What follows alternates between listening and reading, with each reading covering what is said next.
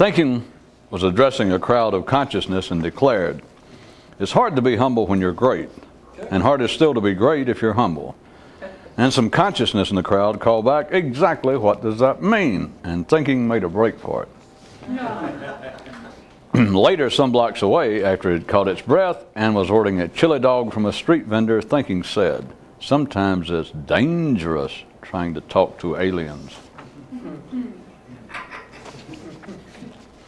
One city philosopher over coffee so confided, "To everything in life there seems to be a bad side and a good side, a questionable side and an honorable side, a shameful side and an admirable side.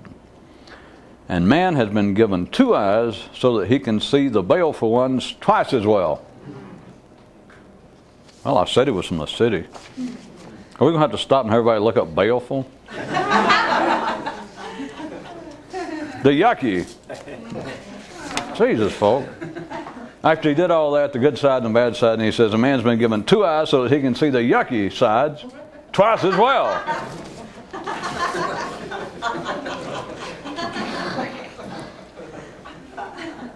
Where's Dr. Johnson when you want to shoot him?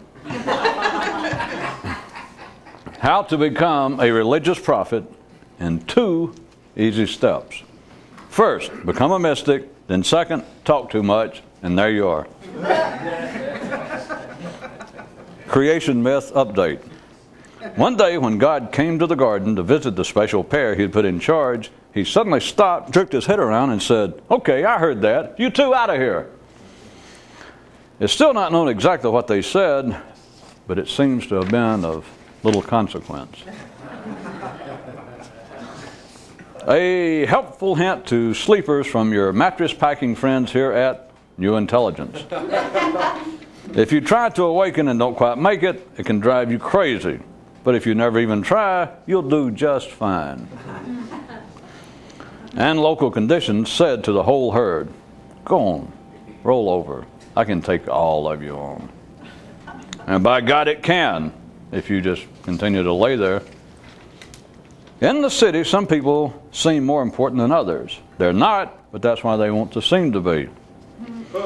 And consciousness had enough smarts not to ask Thinking if it got it. At least the question itself might jog the old darling into mucking about in fresh affairs into which it could bring nothing new or interesting. In a faraway solar system, a priest and a mystic were talking. And the priest said, "It's of late struck me that if everyone realized that everything other than eating and sleeping and screwing is just various forms of entertainment, we'd both be out of work." And the mystic replied, "Not only that, but we wouldn't be sitting here on this planet able to talk about it." And the priest both kind of got it and kind of didn't got it. About like would be the case with most everyone else. Definition time again. History. Man's continuing attempt to justify what he presently is. And just like everything else singular to the life of man, it both kind of works and kind of doesn't. Then over in a nearby world, one of their leading medical experts announced his conclusion that most of the stress on this planet is caused by overly serious people. And local conditions sent a shill to ask the doctor, "Don't you mean to say that stress in people may be caused by them being overly serious?" And the researcher replied, "No, I said what I intended." And the undercover agent muttered to him, "You better watch it." An ordinary mind's proper response to any transcendental ideas. Quoting, "You don't impress me." Same as a transcendental's toward the ordinary. Have you got that? Have you got that? Are you listening to me? Is this why adults holler at children to be sure that they're not listening? Are we talking about children? Are we talking about actual children? Or are we discussing the nature of each person's normal mental growth with at least a nodding hint toward what might be possible somewhere beyond? The mystic's motto, "Only the yet to be is of any interest to me." Historical footnote, once dead, a mystic is no longer a mystic. Something to do with the irrelevancy of the past. The street singer strummed his accordion and began to moan. Oh, I was born under a bad sign. And just then, local conditions passed by and added, I am the bad sign. Here's another weird, unknown fact that's interesting to ponder. All rebels started off as really nice, friendly guys. See, what's interesting is to then reflect this back on the matter of your own original intellectual attitude as regards how everyone else's ultimately turned out to be. See? You visiting veterinarians might care to note that this is precisely why mama cows are driven to continually warn their calves that if you keep playing with that thing, you'll either go blind or else maybe start thinking enough so you'll begin to resemble humans. And consciousness sing to thinking, get along, little doggy, this sure ain't my home. Sign on the outskirts of one planet. Mystics got a bum rap when people began associating them in their minds with the religious. But it had to come down due to certain zoning restrictions. A sports update somewhere beyond athletics. When you can think with one eye closed and your arms tied behind your back, it's hard to ever get yourself to take up the matter of consciousness. See, this was the third shot due to the overwhelming, whatever you people do, about the guy who said that when you can high jump in your sleep, it's hard to ever get around to taking up the shot put. See, and this was sort of to rub your nose in it so that you'd go outside from now on. For the talent portion of the competition, one man came out wearing a full-skirted, lavender off-the-shoulder gown, which, when the runway lights were lowered, became luminous and around the hem revealed a message. I may be wrong, but I think I'm marvelous. And when you're as marvelous as I am, how could you ever be wrong? The judges, however, disqualified him later in the high-diving humility round. He's threatening to sue. Some foreign visitors on a mystical tourist tour stopped long enough for one of them to ask what this had to do with anything serious and meaningful.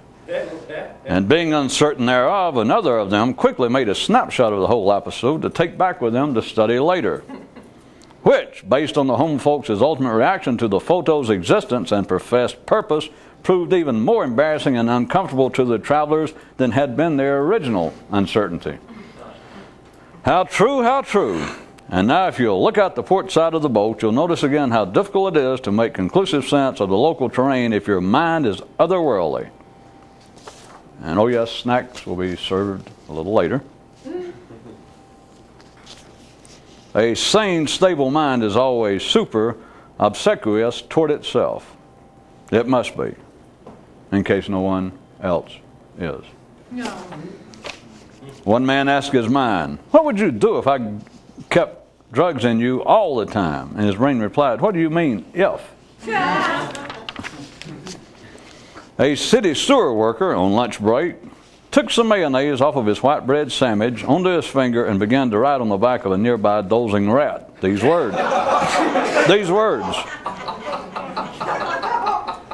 These words, I've been down so long that it looks like up to me. And one of his co-workers shook his head in disagreement. Nah, you should say, I've been down so long that it looks like the norm to me. No. And just then the rodent awakened and added his own opinion. Nah, what you should do is go join that street singer in that previous story. And el whammo! The guy and all of his buddies in the manhole were once again struck in amaze by the non-sequential, though pertinent and collateral insight of our below-ground furry neighbors. And now for some educational news. In one city, rather than teaching the children good manners, they simply shot them. And now another feature from our series of How Certain Things Actually Began. Men originally started recording history because they simply couldn't believe what was happening to them.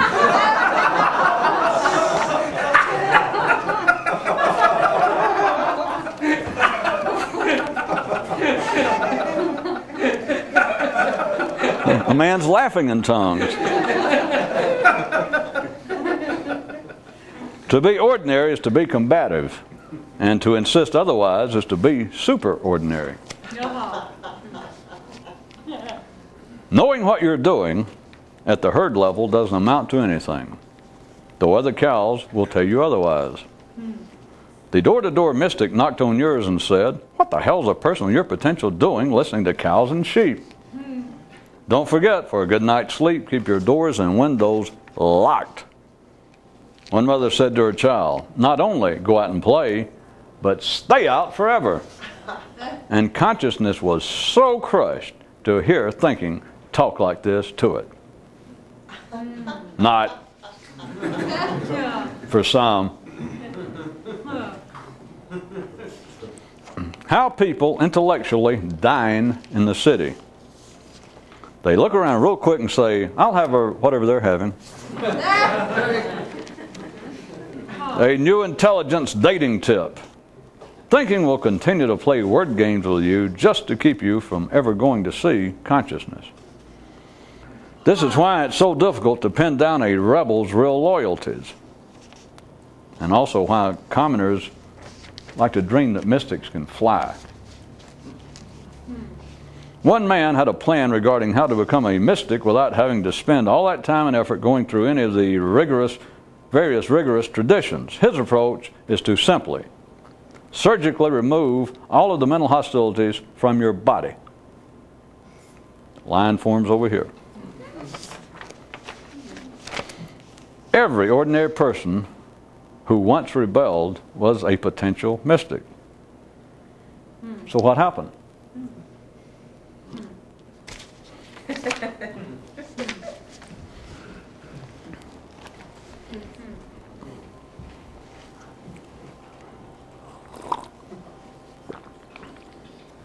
Life keeps everyone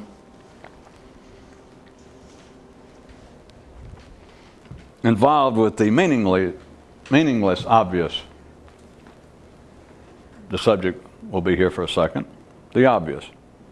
Since we so often talk about it and being point blank and how life at one time looked everyone dead in the eye, that was your one shot, and that everyone blinks, everyone turns away.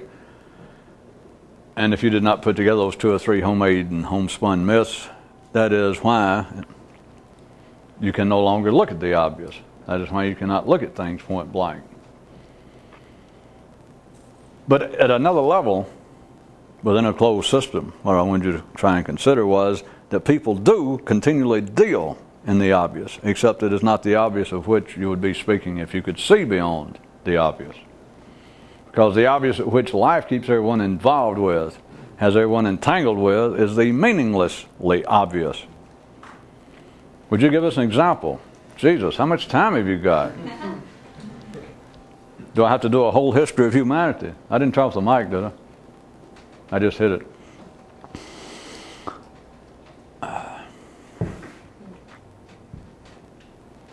God, where to begin? Who do you want to pick on tonight? Well, how about here's a common one you can read and hear on television. A health tip. They'll have some doctor, it'll be some new research, and it'll be something to help out humanity. And they'll say that,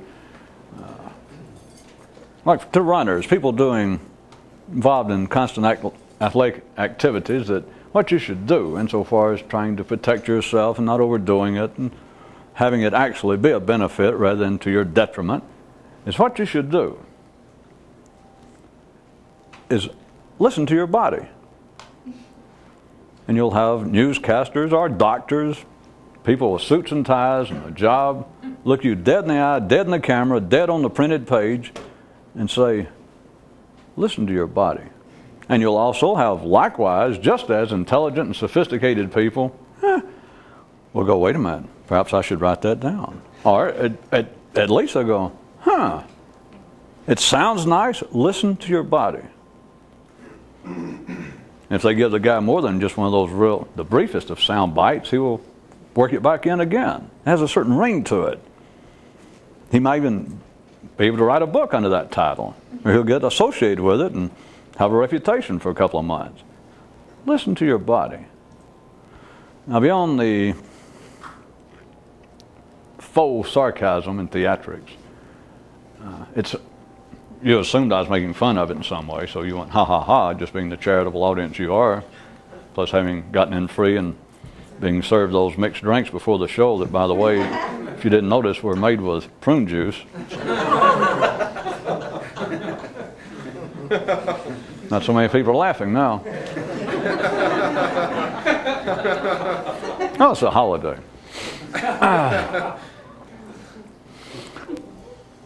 Back to, that would sound to be of, we can start using modifiers for a while. That would sound to be of quite useful information. Enough that somebody might want to write it down. Enough that the doctor himself or whoever's reading the report will repeat it several times. Listen to your body.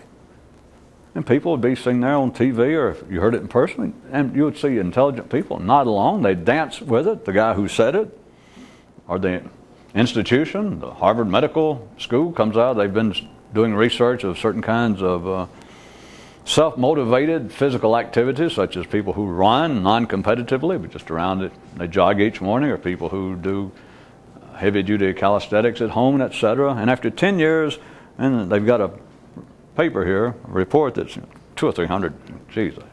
But they can sort of narrow it down.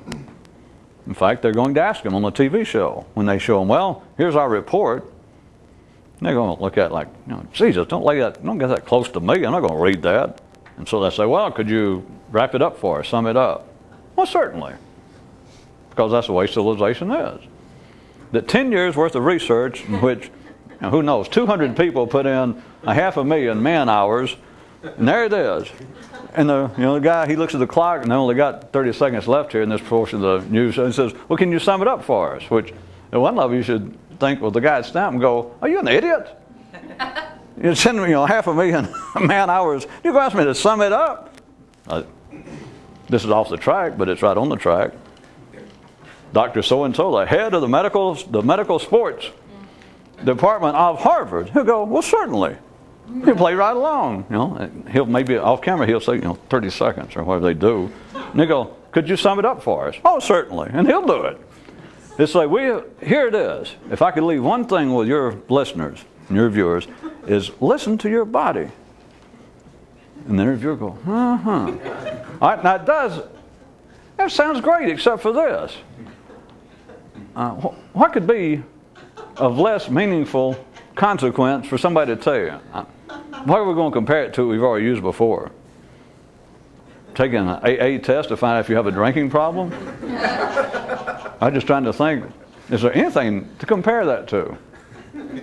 This sounds to be, if we had routine people listening, this would sound to be some other end of the spectrum, as opposed to, do you have a drinking problem? If you got to take a test, we've already established, you recall, if you got to take a test, not only do you have a drinking problem, you got a mental problem.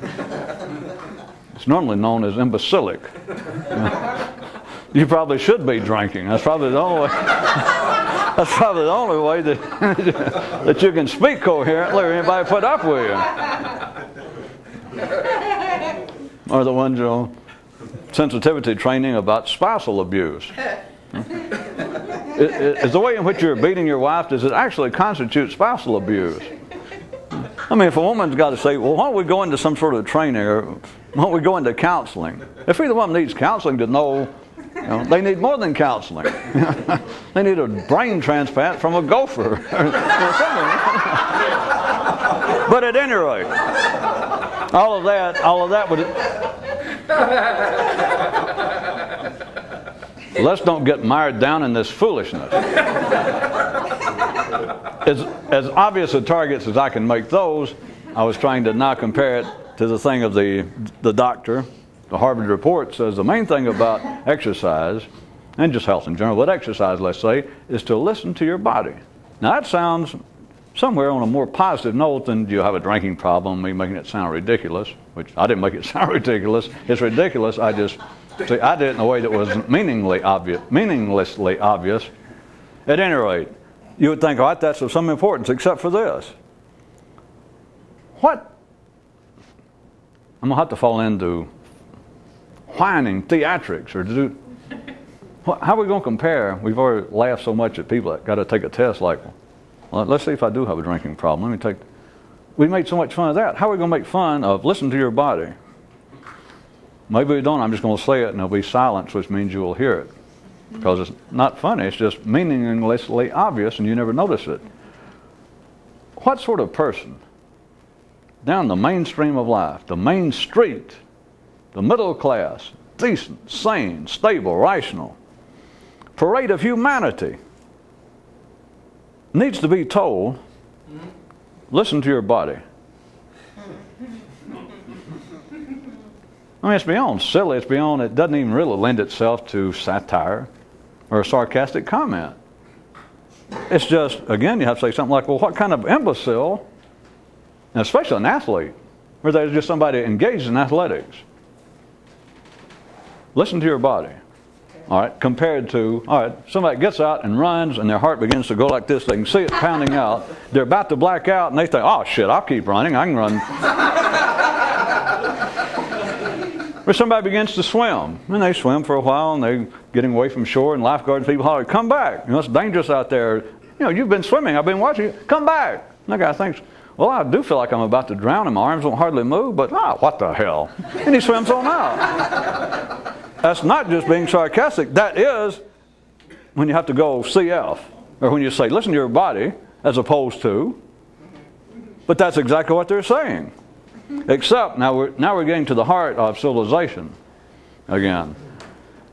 That none of it is any particular sign of folly and imbecilic behavior. It's just a signature of ordinary life. But notice it is taken as being of importance. And if I hadn't gone into this and you people didn't lend yourself to being such a responsive type crowd, there would be nothing to say after somebody reported that one of the most important things to keep in mind when you do exercise of any sort is to simply listen to your body. And it just sounds as though, especially a man with a PhD in sports medicine, and he comes down to the colloquial, common level and says, well, you know, this report here, we got statistics and it's 200 pages here, but I can put it to you like this, you and your viewers, listen to your body. And it just sounds like, well, God, what? I should have known that. Well, sure you should. You do know it. It's meaningless. It says meaningless. I know it's a little stretching a little, but it says meaningless as a man who drank so much that they say, here is a 10-question test to see if you possibly have a problem. Please take it. If you pick up a pencil, you got a goddamn drinking problem. Besides, an intelligence problem. That is, will prove by the fact that you've got to take a test to know whether you have a problem. That is no different than the one you already laughed at. The man's jogging, and he wonders, well, I wonder if I've run far enough today. And he realized, and he's listening to his body. Again, if he's just ordinarily walking around sane, how are you going to not listen to your body? If your heart is pounding to the point and you're about to black out and the blood is, your head is going like this and you're beginning to get cold, that you're not only going to have a heart attack and a stroke, but you're about to dehydrate, and what else could happen? And maybe your liver, just because it's upset everybody else, your liver begins to protrude and you don't even drink. All right, there it is. What kind of person is not going to, quote, listen to their body? An absolute idiot. I mean, you're not sane. You're not even worth talking to in any sense. That is, you're beyond the pale of an ordinary person. You're not healthy. You're deranged. You're at the outskirts of humanity by any definition. But notice, is that not what civilization is? If I can refrain from making you laugh. Look at all of the activities. Now, by civilized, you remember, I mean the singular activities of man. Although they are all, everything that goes on in the penthouse is fueled by what goes on in the basement. So that man has no activities that are pristine, that are actually discreet. In the same way that dining is just a civilized form of eating, and romance is a civilized form of screwing, and etc.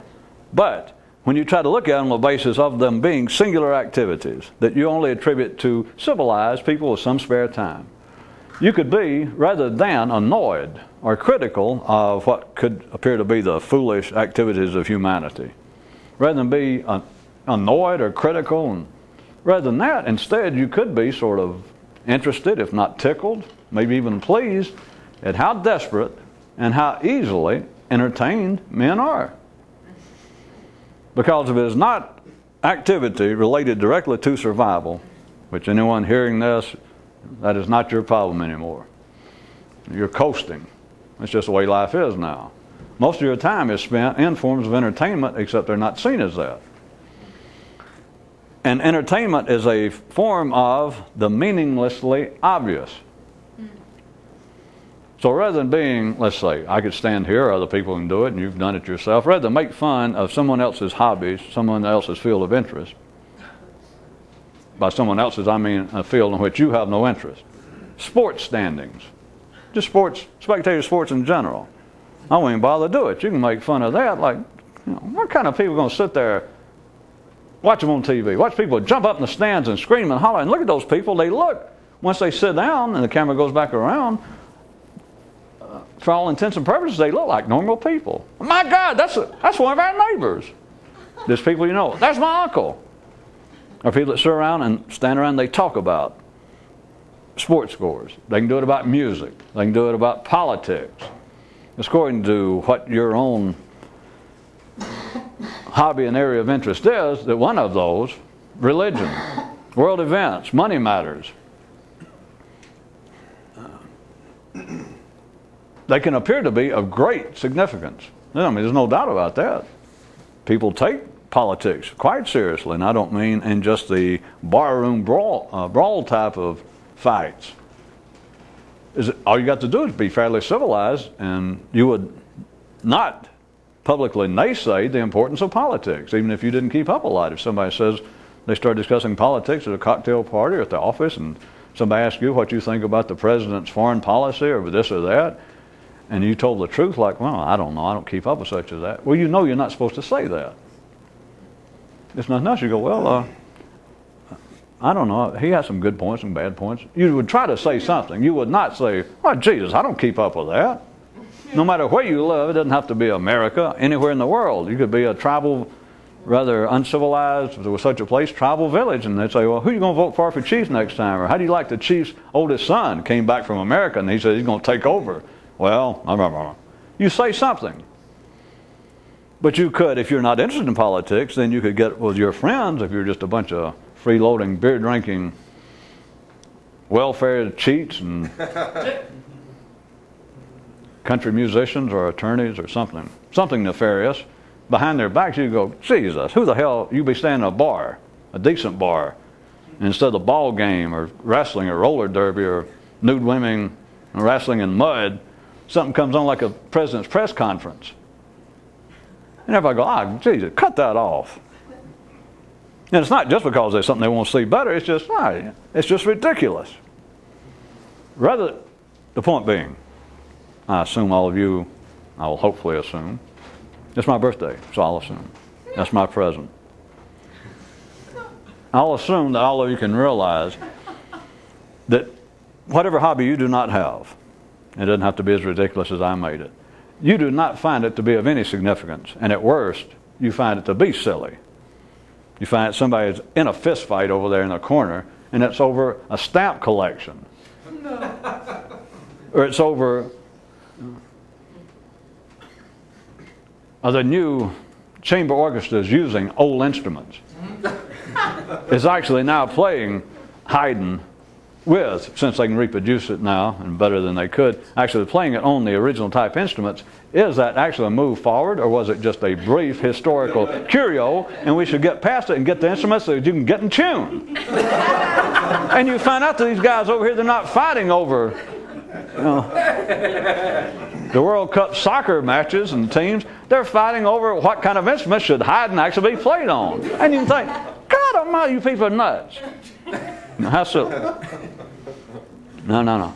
If you get good, and if you want to stick with the description silly, I was trying to be a little bit better, like that you should find it interesting and that sort. But if you want to find it silly, okay, except they're all silly. But rather than the blanket approach I was trying to lay up on you to keep you warm for the night, tuck it up under your little chin, the blanket approach was, rather than to be annoyed rather than to be critical.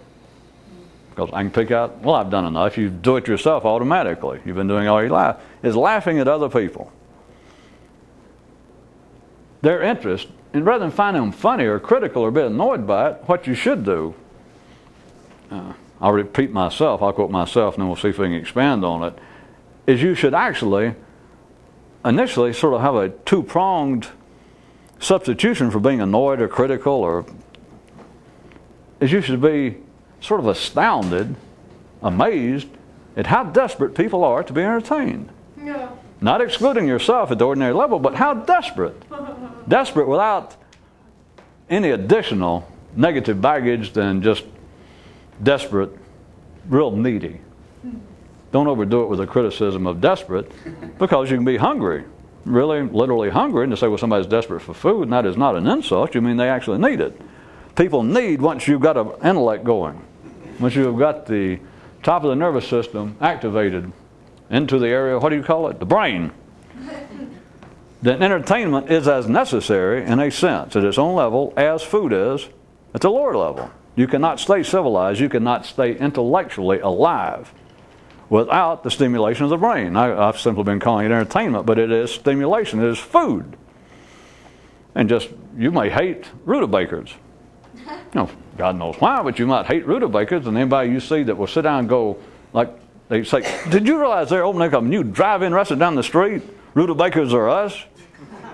And you think, God almighty, you know, how can you eat them, much less be enthused about it? It is necessary for somebody, and somebody else would laugh at whatever your favorite food is.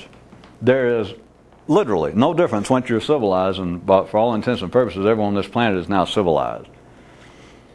Everyone on this planet is literate mentally. That is, they can speak. So if they can speak, you are civilized. There are varying degrees of it, but you are civilized. And now you have got to be nourished. And you do eat intellectually. It's just not seen that simply. That would be far too, what's the word I'm looking for? Starts with an O, not otter. Obvious. So you can't see it that way. It seems to be, well, any civilized person would tell me that by now I am far afield. That now you cannot compare some of the things you've been saying. Religion, sports, money matters, investment matters, world politics, current events. You can't compare those. You know why you can't to them? I'm getting ahead of myself. No, I'm not, sideways. Because that might be too meaningfully obvious. Yeah. There is no difference if it is not eating, screwing, or sleeping, if it has nothing to do directly, which is a matter of how much you can see, if it is not directly related to bowel survival, if it's not directly related from the brain's, from the hypothalamus down, from the limbic system down, if it's not just directly necessary right then for the survival of this, then the rest of it's entertainment. It's necessary. That is not a pejorative term. It is entertainment. It is intellectual nourishment. And it doesn't matter whether it's sports, religion, soap operas, science fiction, keeping up with the stock market. It doesn't matter what it is. If you can't sleep with it, if you can't sleep on it, and you can't eat it, it's entertainment. And that's it. Necessary, though. You should be amazed. You should be tickled. You should be enjoyed. I personally do not care for any of those words, but again, we don't have one. But I'm trying to give you a comparison rather than be annoyed, rather than to allow yourself to coast along and to think, how silly can somebody be to read romance novels, to read science fiction, to be interested in occult matters or new age music or sports. How silly. Nah, two things. They're actually the same, but it always sounds better to say there are two things. Two steps. See, because if you just tell it, it's point blank and obvious. Let's say I even do this with you. I'll take one thing that's obvious. I can take a good point blank wall, and I can turn it into two walls. I mean, big deal. All you got to do is say, all right, there are two walls here I want you to look at. And you go, all right. See, there are two steps. Rather than be annoyed, rather than be upset, rather than be critical of what fools, what foolish activity, what meaningless endeavors humanity has. Can you believe it? Well, certainly you can believe it. There's part of your endeavor right there to go, can you believe that? But at any rate, first off, there are two ways to look at it. Two steps to it. One is, first, you should be sort of amazed at how desperate people are for entertainment. Now, of course, you got to put a comma now, not a period, because there are two steps. Because if you just left it at that and say, well, you should be amazed at how desperate people are. Ordinary minds would want to jump in and say, yeah, you're right. Why else would somebody collect baseball cards? Pay $200! No. You can't stop there. You should be first. Remember, there are two stages. There are actually three, but I was going to make it simple. I told you there was one. There are two stages. You should first be amazed at how desperate people are. But don't stop now. Don't say, yeah. No. You should be amazed at how desperate people are to be entertained. And secondly, you should be interested, tickled, pleased, curious, at least non-combative, over how easily they're entertained. Which, of course, you take those two steps and you cram them into an ordinary, routine, everyday mental cookie, then ordinary mental people would be back to where we started and go, yeah, you're right, they're idiots.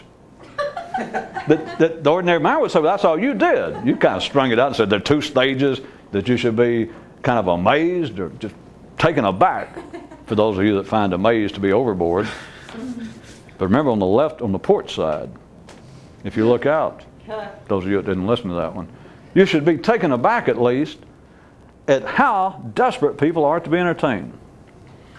Well, knowing the strong mental will that you people have and the tremendous intellectual ability to hold and focus your attention, I will run the risk to stop there a minute and do the very thing we were talking about that a person shouldn't do, is point out to you that you can take that, you people, not any ordinary people watching, but you people who can think in a certain way, is you should see, it's not critical, but you should see in a sense, in a non-judgmental sense, and there is no such word, to be amazed at how desperate they are, because desperate to an ordinary mind, regardless of what I already told you I implied or intended, desperate to an ordinary mind does imply something beyond the toward, something a bit beyond savory. And so, an ordinary person, what we could say, now remember, this is just us playing a mental game, that you understand it's not critical. But you could say, well, it is kind of amazing how desperate people are that they will devote. I got a next door neighbor, I got a brother. He spends almost all his discretionary income, whatever the hell that means. Well, that was the guy that said, listen to your body. And a guy in the audience says, I don't run. He says, do you have any money? And he says, yeah. And he said, well, listen to your discretionary income. It impressed some of us who weren't runners. Anyway, a man can say, well, I got a brother, and he spends almost all of his money. Now, I'm talking about my brother, and I'm close to him. It's not like we're having their own outs. My brother spends almost all of his money going off to these damn gun and knife shows. I mean, he travels around, they got some kind of circuit, and he goes and he buys guns. He got closets full of guns. He never shoots guns, he's not all that hostile, but he got guns, going up under his armpits and under the bed. And you go, now you understand, not a criticism, but in that kind of sense, if you're not interested in it, and I can make it sillier, I thought that was silly enough. He collects plastic Catholic statues to go on your dashboard. He's got, well, I'm trying to think of something really silly that could be, and you can go, but here's the thing. Now, this is just us, not an ordinary view, is you should be kind of astounded at how desperate people are to be entertained, because, just between us, you would have to say, isn't that kind of, assuming none of you collect little plastic statues, etc. But now, right quick, while local conditions are not listening, you understand that just between us, in a sense, that is desperate. You'd have to go, that is desperate. That's all somebody's got to do, to spend their money. Or they buy one romance novel every day. They're spending, what do they cost? $2 or $3 and they say if they miss a day, they can't stand it. They'll drive across town. They'll drive out of town if they bought every one that's here in their local bookstore. And you can almost go, isn't that kind of pitiful?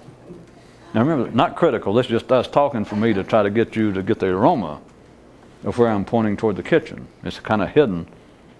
It's not hidden, it's real obvious, and you normally walk past it and don't see it, is the point. See, we're getting to. Is you can go, that you would understand, yeah, people are desperate. The point being, all you got to do is look at any area in which you automatically have no interest, or even worse, an area that you cannot understand why someone would find it interesting. I mean, you just cannot understand it, all right? Then, assuming that they are, and that you know the people, or you look around, you find out, well, there are X amount of millions of people who collect baseball cards, or go to gun and knife shows and spend X amount of their discretionary income on firearms, collecting firearms. So you can go, all right, that shows that statistically they are in the mainstream. But my God, how desperate you have to be for something to do. That's the point. How desperate people are. But all that's saying is that the mind is as in need, serious need, real need of nourishment as the stomach is for food. So you can say, well, look how desperate people are to be entertained, to be fed. The second stage is, and look how easily it is affected.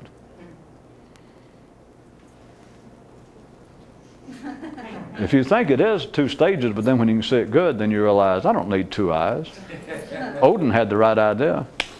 Because one, then you can see right down the middle of the dance floor. But notice, people are desperate and easily entertained, and that is part of the friction that keeps the ballroom open. Because you've got half the world, and in a particular time, you've got 3 billion people. We're discounting the stragglers and the deranged. We're pretending that all 6 billion are middle of the parade. Decent people, sane people, ordinary people, your friends and neighbors and your family, and etc. At any particular time, we got 3 million of the people, 3 billion of the people looking at the other 3 billion, or at least thinking about, just momentarily, whatever it is, and thinking, are those people idiots? Yeah. Now remember, we're talking about civilized, the singular affairs of man. We're not talking about that anybody, any sane person, does not turn around to another person and go, my God, how can you eat food? Are you crazy? Yeah. I know. See, that's the survival level. What you have to do is turn around and go, how can you eat rutabagas? Then that's something else. How can you go out and spend $150 or more to go eat at some fancy restaurant when you can go to McDonald's for the whole family for less than 10? That is part of the energy. That is part of the kind of friction energy that keeps the singular intellectual world of man going. Is people are laughing, not at each other physically.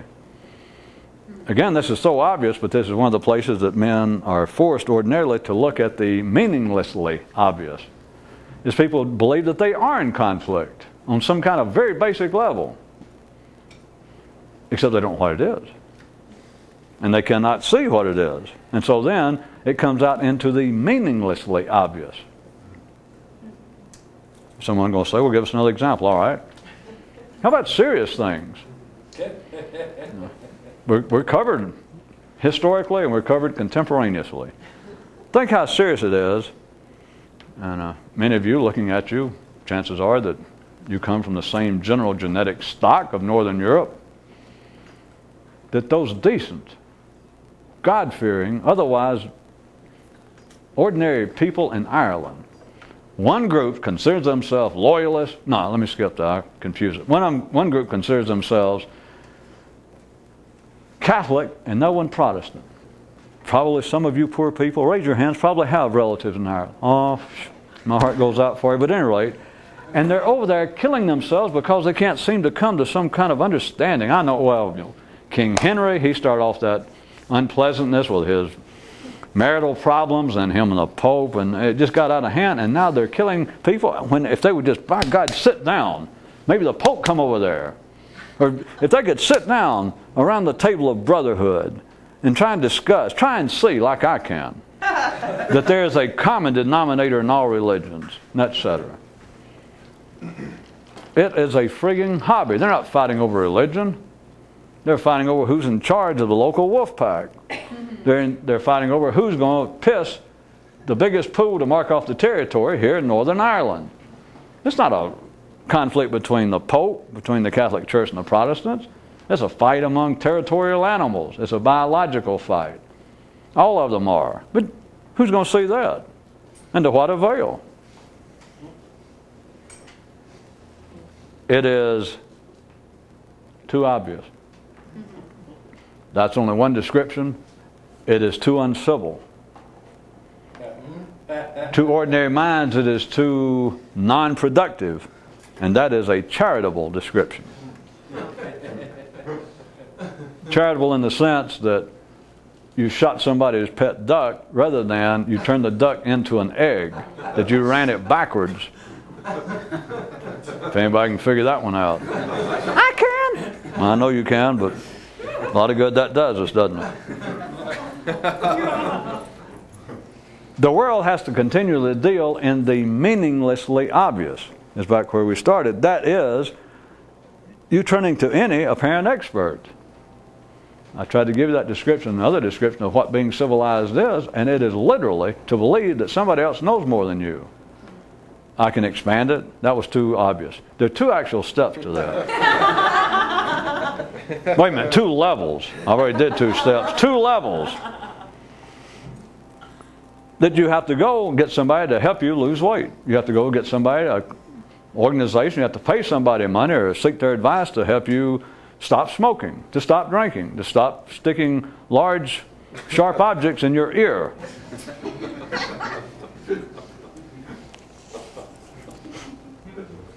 All right, now let's jump back from the apparent silliness to the non-silliness. You have to pay somebody to help you overcome your psychological problems. I can do it, and you'll play along with it. I can suddenly come up with some kind of joke, some kind of apparent theatrical smart-ass comment about psychiatry, psychology, and yet, look around. That is almost a worldwide benchmark now of one's civility, of one's sophistication, that if you're not in analysis, at least you're no longer some poo-pooer of it. You do not make fun of psychology. You may say, well, I thank God, knock on, I don't have any great problems myself, but I'm going to tell you what, psychiatry, with all its ills and all of its warts and all of its shortcomings, thank God we got it. Our civilization, our society right here would be in worse shape than it is now if we didn't have people out there at least fighting the good fight, trying to figure out the human psyche. So it is a sign of one's sophistication and civility to attribute that there's somebody out there who knows more than me. But you understand also what you're doing. You're dealing with the meaninglessly obvious. Because any civilized mind, I admitted that for civilized people, ordinary people, last time we were talking. If they thought if I was addressing some ordinary group of people and I said a sign of ordinary civility, and let them know that I didn't mean that as a compliment, a sign of ordinary intelligence, a sign of the ordinary level of consciousness, which is the same as any other cow or sheep that you're around. It's the herd collective intelligence of humanity. The proof that you are at that level is that you believe that there's someone on this planet that knows more than you do. Now, any rational mind is going to go, would you repeat that? Just to make sure, what an idiot I was. And I said, yeah, that's what I said. Then the response, at least to themselves, will be, well, you're saying that nobody knows any more than I do. And you can't, of course, go anywhere with that, with an ordinary person. Because it is, from an ordinary view, patently a shoe. No, untrue. Yeah. I thought maybe we had enough ballroom dancers. Well, used to go up to girls with hoop skirts and go. Crude humor. Crude shoes. Did anybody ever see a patent leather cow, though, where they came from?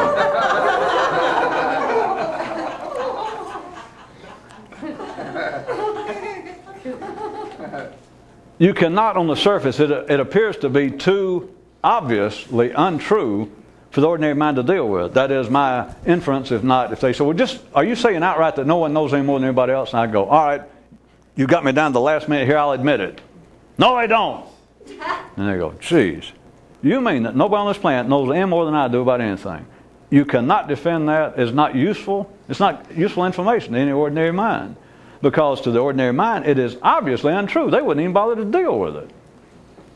I mean, they might ask me to repeat it once to be sure they heard it right, and they would just dismiss me. I mean, they'd just walk off if they were sane themselves by ordinary standards. because nobody but an idiot, nobody but the deranged would stand around and argue with that and say, oh, come on. There's got to be somebody who knows more than me. To them, it is obviously true that other people know more than you. But by now, you've got to have some ability to put together that to what I'm talking about of seeking assistance, believing that somebody does know more than you. And I have not changed the game. I've not changed the rules, because you will go ahead and laugh. And I could almost get ordinary people to laugh momentarily. If I said, has it ever struck you strange that people go out and spend big money, and they got all these franchise deals, these weight loss clinics and centers around in little shopping malls down the street, and you go and you pay somebody money, and you think, oh, they give you lots of Benzodrine, they give you stuff, you know, have fun, lose weight and lose your mind and go real fast. No, they don't do any of that. No medicines, no kind of drugs, which leaves some of us out right there. But anyway, you find out what you're paying for. What you're paying for. And they have sales. Only $10 this week. You think, well, and they say it's ordinarily $22. And at first, if you're a little overweight, you might think, well, boy, I should get in now while it's on sale. But you go down and what do you get? And the truth is nothing. You get somebody to say, do you want to lose weight? And you go, yeah. And they say, well, I agree with you. Why don't you really lose weight? But it might as well be a stop smoking clinic. You got those, and you go down there and you say, I want to stop smoking. Now the meaningful obvious would be, if there was such a place, is you go and say, is this a stop smoking clinic? And they go, yeah. And you say, I'd like to stop smoking. And the guy would say, good. Listen to me. Stop smoking. Next. That is in a sense, in a above street level, that would be meaningfully obvious.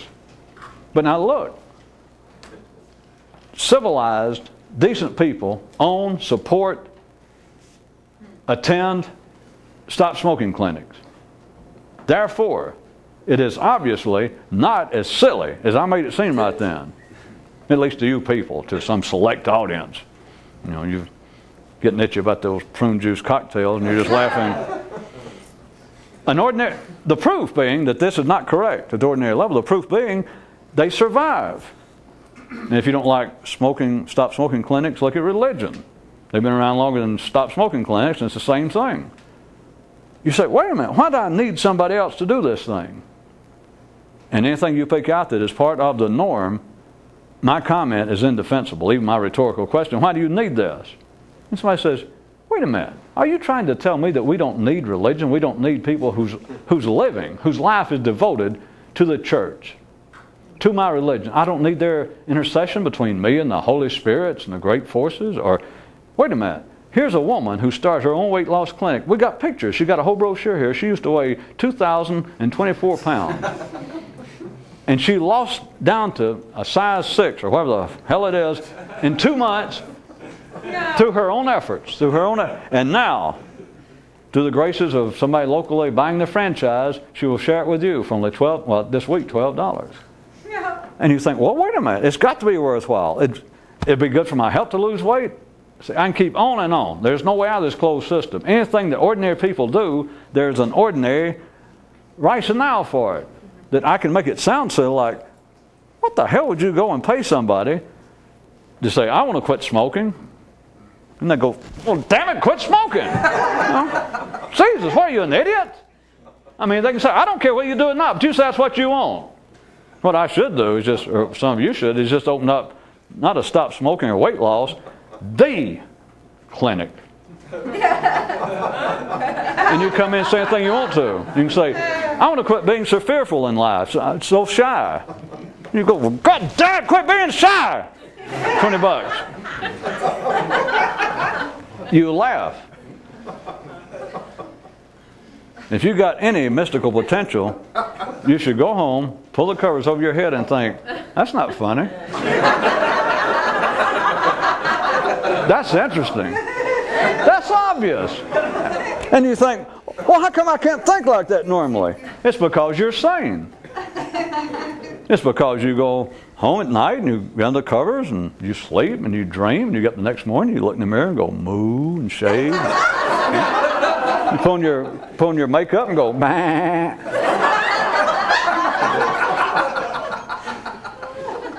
And you always check that piece of paper that life has given everyone, that you open it up and it says, port left, starboard right, and yes, I am sane. And you fold it back up.